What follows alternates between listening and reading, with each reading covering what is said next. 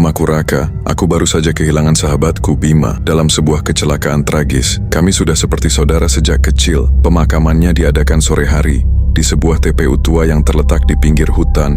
Hujan turun gerimis saat jenazah diturunkan ke liang lahat. Tak banyak yang hadir, hanya keluarga dekat dan beberapa teman. Aku berdiri di dekat pusara, memandangi tanah merah yang menutupi tubuh Bima. Masih sulit percaya kalau dia benar-benar pergi. Menjelang maghrib, satu persatu orang mulai pulang. Tapi aku tetap diam di sana. Rasanya seperti ada yang belum selesai. Mungkin karena aku merasa bersalah. Seandainya malam itu aku menjemput Bima seperti janjiku, mungkin dia masih hidup. Langit makin gelap dan angin mulai kencang. Petugas pemakaman memberitahu bahwa mereka akan segera tutup gerbang. Aku pun memutuskan pulang. Tapi karena tak dapat ojek online dan lokasi rumahku tak jauh, aku memilih jalan kaki melewati jalan kecil di belakang TPU yang tembus ke perkampungan. Jalan itu sunyi, hanya suara daun-daun berbisik dan gelegar petir dari kejauhan. Saat aku berjalan, aku merasa ada yang mengikuti. Tapi tiap kali aku menoleh, tak ada siapapun.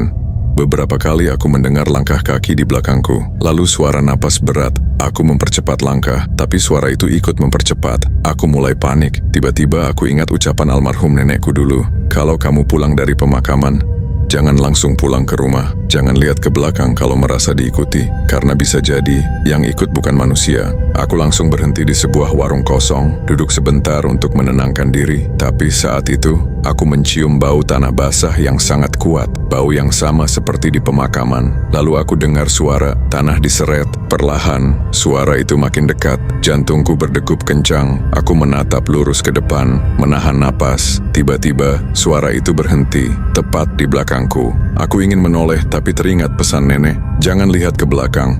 Dengan gemetar, aku mulai membaca doa. Tapi kemudian terdengar suara pelan, "Kah, itu suara Bima.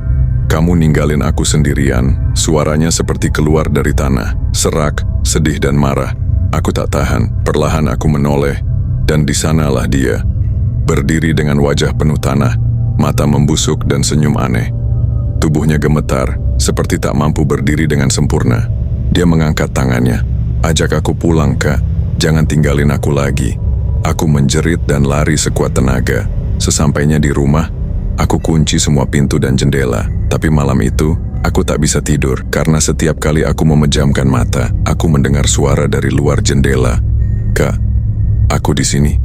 Bukain pintunya, Kak." Sejak hari itu hidupku tak pernah sama. Aku tak berani pulang sendirian dari pemakaman. Dan setiap malam Jumat, suara itu masih datang, mengetuk jendela, dan aku tahu Bima belum benar-benar pergi.